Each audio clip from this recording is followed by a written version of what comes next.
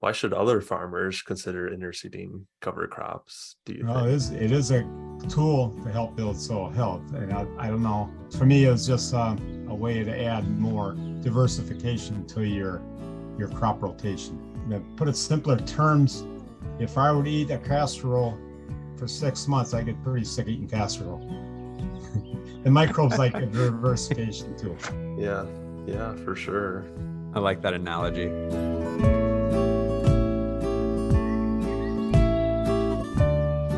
Welcome to Field Notes. My name is Will Fullwider, and I'm joined by my co-host, Michael Geisinger. We are two regional crops educators with UW-Madison Extension in Wisconsin, combining our skills, knowledge, and experience to help farmers and agronomists develop research-based solutions to issues facing agriculture in Wisconsin.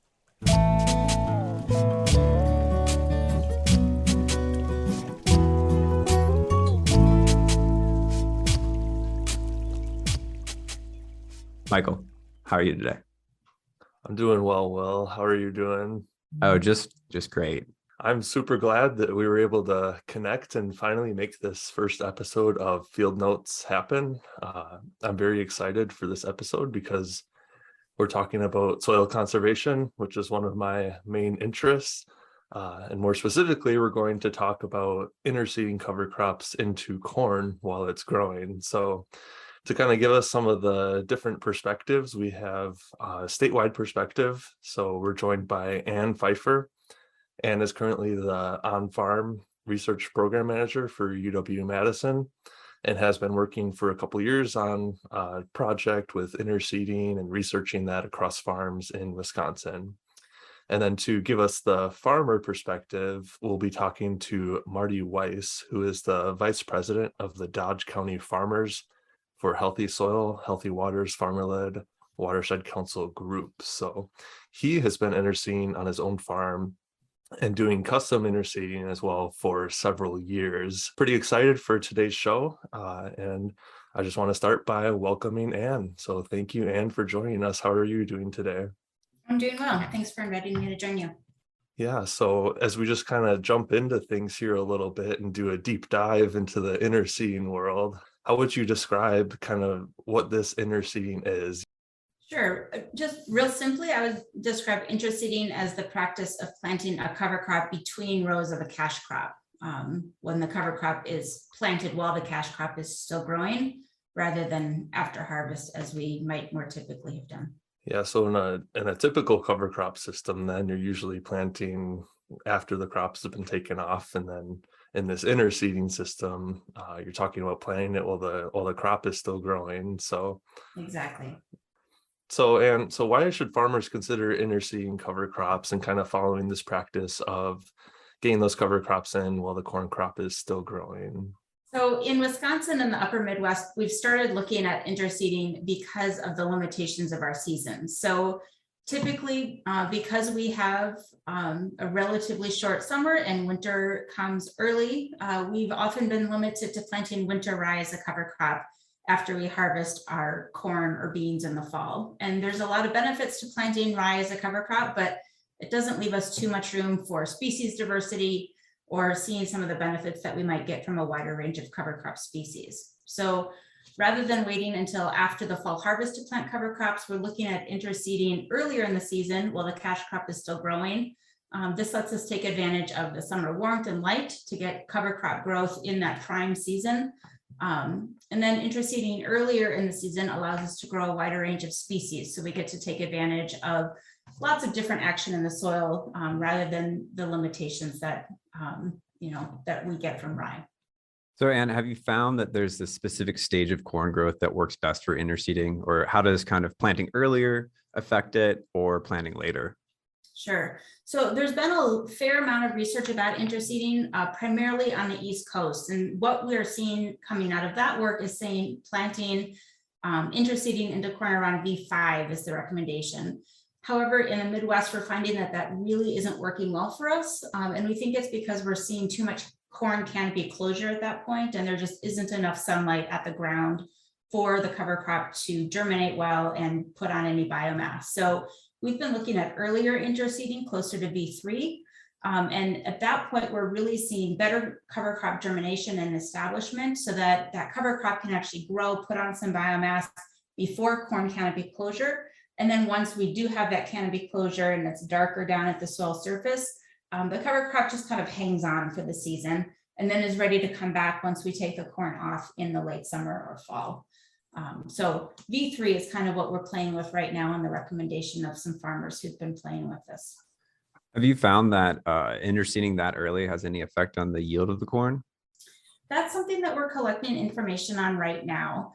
Over the past 2 years, we've been working with a group of about 20 farms who are doing research plots on their own farms, and we're seeing, a little bit of ups and downs. So some farms are seeing a little bit of yield hit. Some are actually seeing higher yields in their interseeded plots, and we're still trying to tease out exactly what's happening there.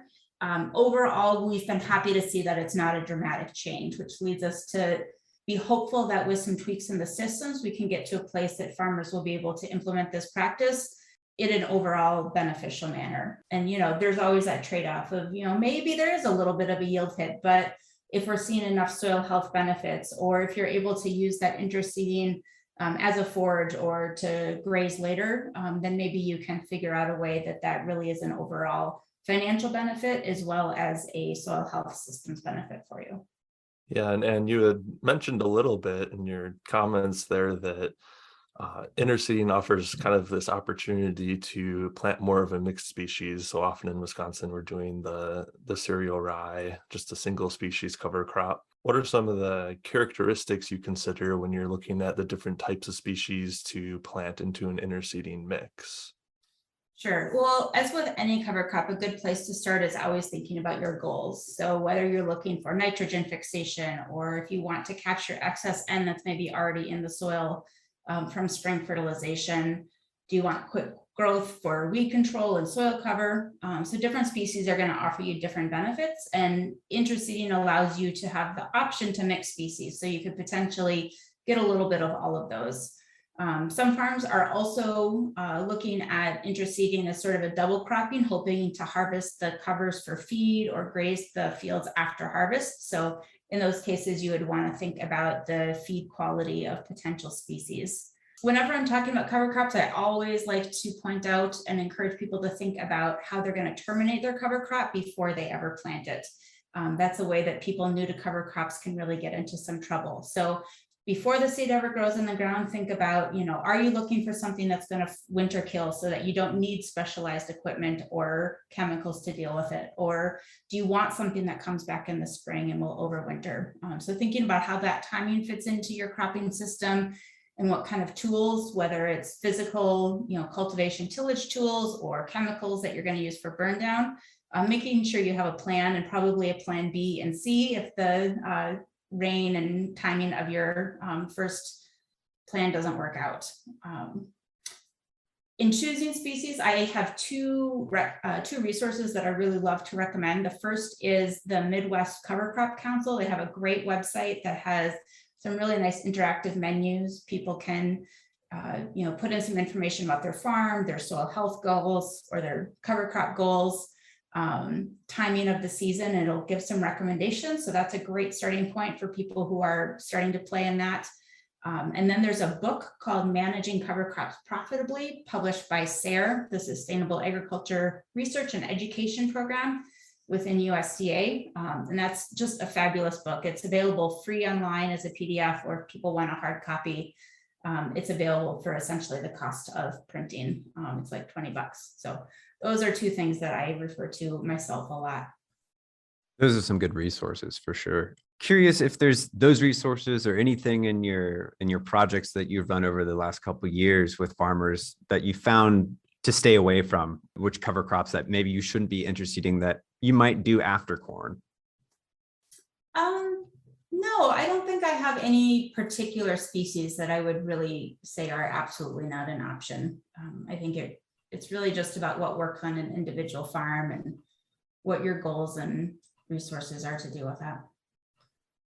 And across kind of the farms that you've worked with, how have people found success, or what have been kind of the indicators that this works with their farming system versus doesn't, or the challenges that present themselves as well? Sure. So, we're always looking at yield, right? We want to create a system that isn't going to be overly financially burdensome to folks. So in the work that we've done, we've been collecting yield information as well as some soil health metrics. And the soil health stuff is a little bit messier to go through because we expect to see soil health changes over the long term. So looking at something in a 1 or 2 year project, we wouldn't expect to see major soil health changes, but I've been happy to see that we haven't seen major dips in yields, and that, a lot of it anecdotally is farmers telling us that they're still interested and they think it's a promising system. So at this point, I feel like we're early-ish in the process of figuring this out. And we're really relying on farmers to tell us what they're seeing in their fields and what they find to be beneficial. So stay tuned. I hope that we'll have some more solid information to share in the relatively near future, but for now, I'm happy to say that it's something that our collaborators have promise. Yeah, and I really appreciate this critical concept you're getting at, Anne, which I think people tend to forget, that planting cover crops is kind of this cure-all and you just throw it out there and it kind of grows and everything works out in the end. But in reality, these crops need management in the same way that any of our other crops need management. And you had touched on, especially considering things like termination, which is crucial to consider before you start jumping in. And maybe I would just even add to that is, if this is something you're looking to start, just start small. You don't need to start with the whole farm and have this bad experience and all of these negative ramifications. So maybe you have a 200-acre farm, maybe start with 10 or 15 acres and give it a shot that way. You had talked about some of the different management perspectives. I was curious too, because I've kind of heard from certain people that, sometimes you throw that seed out there and then it just kind of sits there, or you don't get rain right away. So could you maybe speak into that a little bit? How necessary is it to get that precipitation after you interseed to ensure the success of the interseeded cover crop? Yeah, so I think the precipitation really depends a lot on what kind of equipment you're using. If you are able to get good seed to soil contact and get that seed a little bit buried, we have found that you can be successful with really not a lot of soil moisture. Last year in 2021, we had extremely dry conditions across most of the state and really saw surprisingly good stands all over the place, with very dry on the surface. But if you dug down, there was some moisture in the soil, half an inch, an inch deep, and it worked. We were a little bit nervous about starting interseeding during a statewide drought, but we're pleasantly surprised by how well it did. I will say if you're broadcasting and have less robust seed to soil contact and your seeds are closer to the surface, then I would definitely recommend that folks are working harder to hopefully time that with some precipitation in the forecast. So, we've got lucky a few times with broadcasting seed, and then, even just like a 10-minute little storm passed through and provided us enough to get it off the ground. So it doesn't need to be a lot, but definitely need a little bit of water coming through if you're broadcasting. You had just hinted a little bit at, it kind of depends on the equipment you're using in these systems. So I might just kind of open up that question now and say, what kind of equipment, should you maybe have or have access to successfully interseed? Yeah, so I've seen people have success with a really wide range of equipment, everything from a broadcast spinner mounted on the back of an ATV to really highly specialized interseeding rigs. And, people have had success with all of it. So I think you need to think about what you have and what considerations you need to make in doing that. So obviously, if you're, broadcasting off an ATV, you need to be a little bit more attuned to what your soil conditions are and what your moisture is than if you have an interseeder that's going to get that really perfectly buried seed. But it's not impossible with any of it. And I think it really speaks to your comment about starting small, that I would love to see people give this a try on a little bit of land and with really basic equipment. If you've got a friend or a neighbor that you can borrow something from, awesome. But I don't want people to feel like they have to invest in primo equipment before they give it a try, because I think it's possible to do it with stuff that is maybe more easily available. In between a broadcast spreader and a interseeder, there are definitely a ton of people using modified drills. So that's a great option that is, I think, more widely available to a lot of people as well. Speaking of modified drills, there are actually some resources on UW Extension's website that look into how can you modify some no-till grain drills to be able to interseed on your corn land. So those are worth checking out for sure. I remember a couple of weeks ago, I was walking out into one of the farmers' fields with whom I'm working on your interseeding project, actually. And it was interesting chatting with him on the phone as I was walking his field, because I noticed that the emergence wasn't super great. Stuff was coming up, but it definitely was not quite as thick. And he was like, yeah, it's not as good as last year. And he used his new interseeder, specifically for this purpose. And he's like, yeah, I just didn't get the depth great enough. I didn't get that great seed to soil contact. And even some of it, he got some rain just beforehand, but he was saying that last year when he didn't even use that, he did it better than this year when he did use his specialized interseeder, because it's just about fine tuning that seed to soil contact, getting the right depth so those seeds can access the moisture that's locked in the soil. Yeah, and that's, another good story in support of starting small, right? Experiment, figure it out. Even when you've got the perfect equipment, there's a learning curve for all of us in it. And so when folks are interseeding, have you found in your project across the state that there's collections of people in specific geographies? And, speaking of geography, where can interseeding have the most impact? We've got folks working on this, up in the northwest part of the state. Lots of folks looking at it in the Northeast, particularly a lot of dairy farms in that region who are looking at alternative forage production integrated with an interseeding system. And certainly plenty of folks in the southern tier. So, I don't think it's limited geography. It will change maybe exactly how you do it and what species you choose, or what your timing looks like. But I don't think this is off limits to anybody. And I think that some of the folks in the northern parts of the state who maybe have even shorter seasons than those in the south could really benefit from squishing these seasons together, because there's even less capacity there to do fall cover crop planting after harvest. That makes sense. So, Anne, have you found that single species or mixed species established / work better in these systems? We have only been doing work with mixed species as part of this project. There's certainly a lot of other research out there at UW and elsewhere looking at single species cover crops. We have two reasons that we're looking at a mix. One is that the mix adds more diversity to the system. So it allows us to have all those different functional groups of a cover crop system in one go. So we're seeing legumes for nitrogen fixation. We're seeing grasses for excess nutrient capture and quick growth. We're seeing some brassicas and other mixed species for just more diversity in the system. So the second reason is that a mix can really be helpful in responding to the unique conditions of a particular growing season. So it's a way to not put all of our eggs in one basket, and depending upon heat and moisture conditions, different species or types of species might do better or worse. So if we end up with a really hot, dry year or a cool, wet year, or what have you, we might see different things be more successful. And a mix essentially is an insurance policy because we can't know at the beginning of the season exactly what to expect.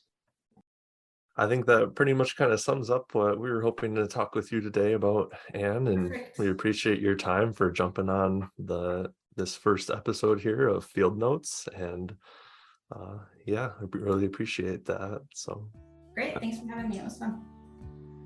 Thanks to Anne for her statewide perspective. After the break, we will be talking with Marty Weiss, who farms corn, soybeans, and wheat, as well as custom grazes heifers on 230 acres in Dodge County.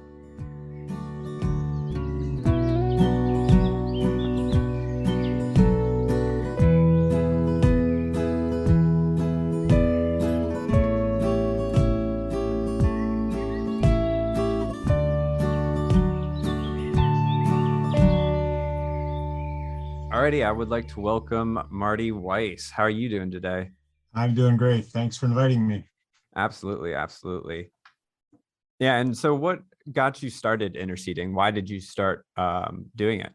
Interest in improving soil health, basically. And, by that I mean like soil armor, more plants to collect sunlight, which is result of more photosynthesis, which improves soil health and collecting carbon in the soil. I know we were talking with Anne, and she had mentioned that one of the reasons that folks interseed is to be able to establish those cover crops earlier, get more growth out of them, because it's a little bit too late at the end of the season after corn. So for that wasn't quite the reason why you started to do it, was it? Yeah, it was one of the goals, but I have yet to make it any interseeded crops to make it through the winter.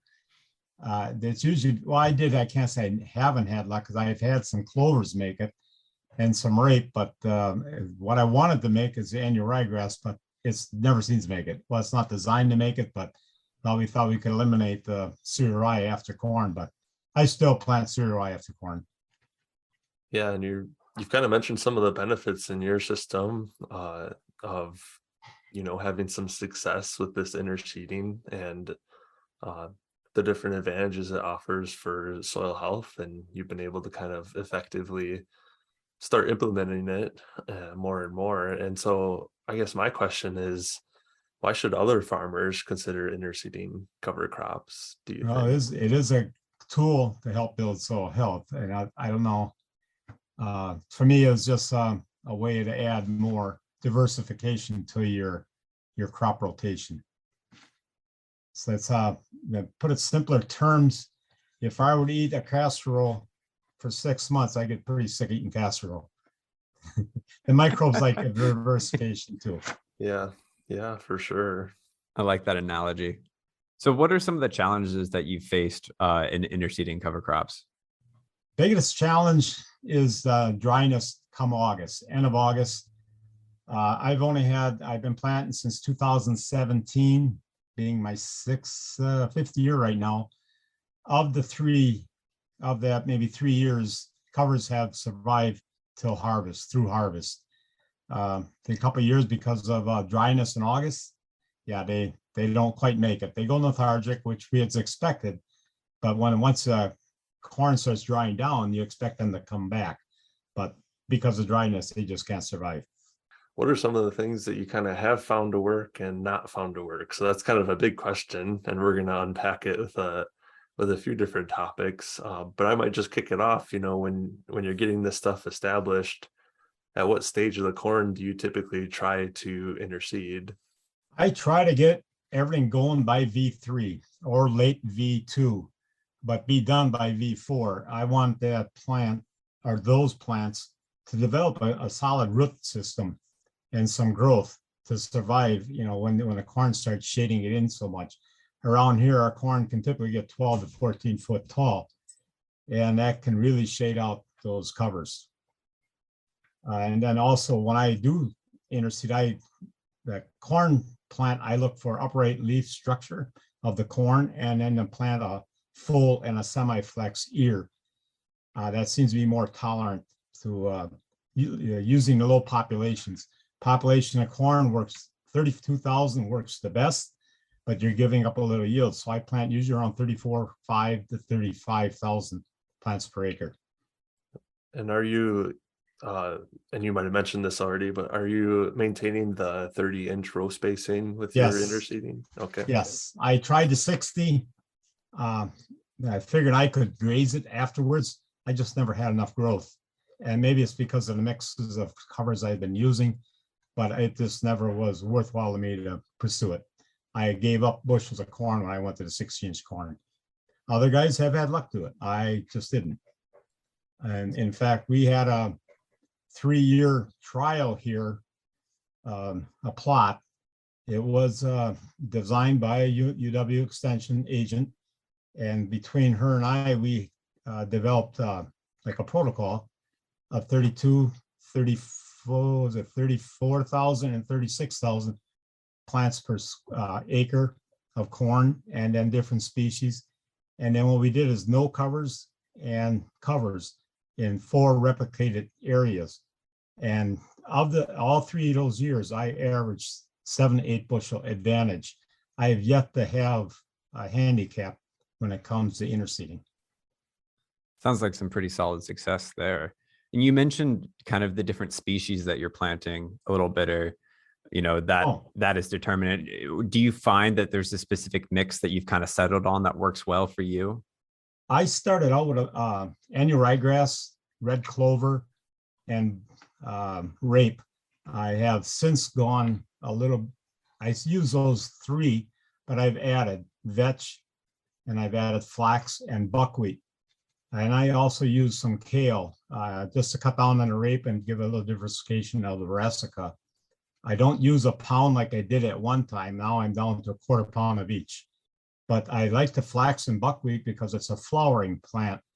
And I'm trying to encourage beneficial pollinators. In addition to the pollination factors you're looking at there, is there anything else in particular that you might look for in the different characteristics of the various species you're planting? Shade tolerant. They must be shade tolerant. And the university has some good data on that. Penn State has good data on there, what species are shade tolerant. And some of it for me is trial and error. I tried different things, but these are the ones I kind of fix on now.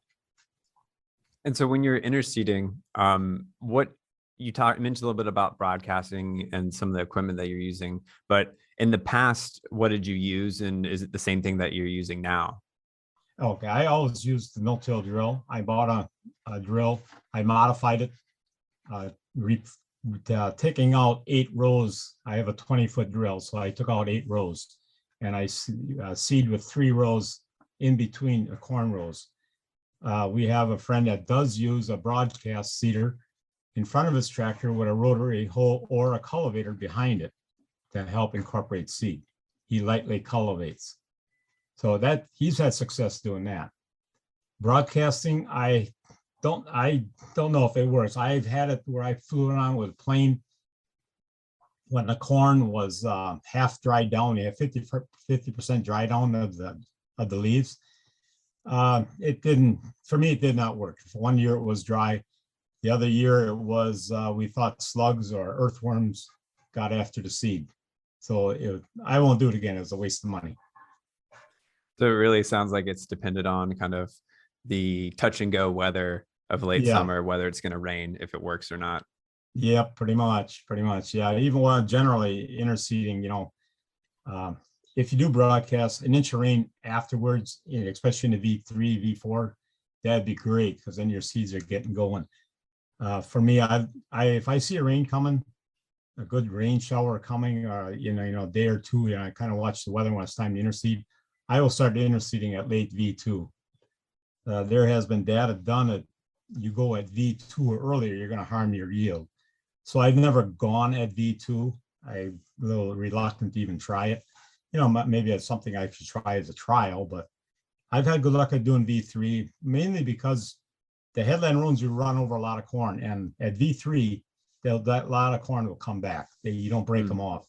After V4, getting to V5, you're breaking stalks off, and that's not going to come back. Right. And so to sum up, kind of you've got this little bit of flexibility between kind of late V2 through V4 is really when you want to hit it, and you really want to get it right before a good rain is kind of what you're looking for. That'd be ideal. You don't always hit it, but that's right. That's the way it is. I like to be interseeding 30 days after I planted my corn. Kind of rule of thumb I go by. That's typically when you'll get to the V3 corn stage. Gotcha. And how'd it go this year with the interseeding? Interseeding for me went great, except where after the wheat or, after the corn, soybean rotation, the interseeding works great. There's no difficulty. But now I got a wheat program where I put a multi-species mix after the wheat. So there's quite a bit of residue there the following June yet. I'm still trying to work the kinks out of that system. It doesn't have the establishment I like to see. It might be because of the heavy residue, but we're still working on that.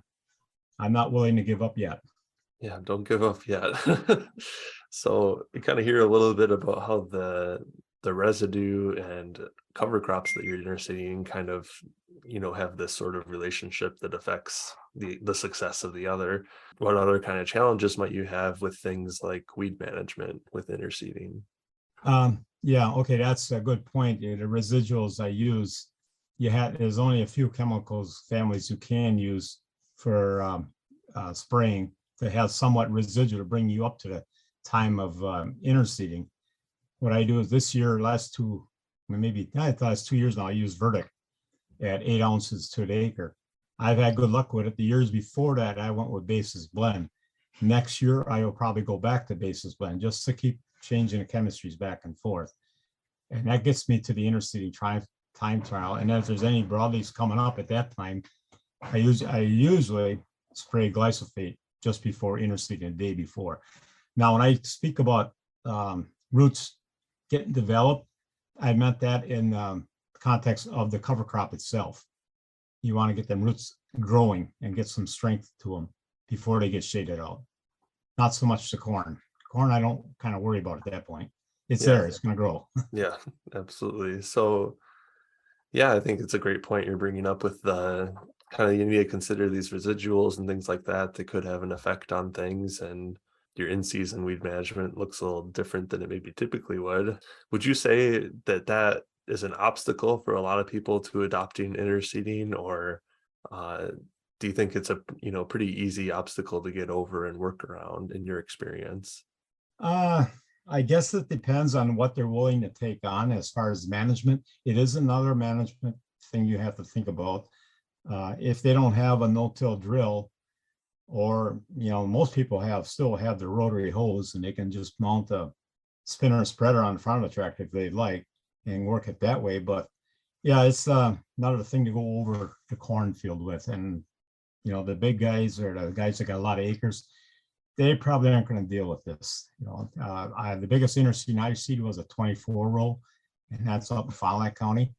He's had luck, and he's doing it yet. I only have an 8 row, and I put my nitrogen on when I go interseed. I apply nitrogen, cut a trip off the field. Yes, a little early for nitrogen, but you put a stabilizer, it'll be fine. Saves you a pass. Yes. There's a lot of less expense when it comes to chemicals too, because you're trying to get that interseeding established. That keeps the weeds down too once it gets to V4, V5. This interseeding, once you got it planted, 7 days later, it's coming up. Yeah. If you did everything right, if you got the rain and you got it, seed to soil contact down. Well, that's where the no-till drill helps you, try to get it into moisture. Yeah, exactly. And then that's kind of why I plant 30 days after planting corn, because you got the cooler weather and the soils are moist at that time yet. Right. Yeah.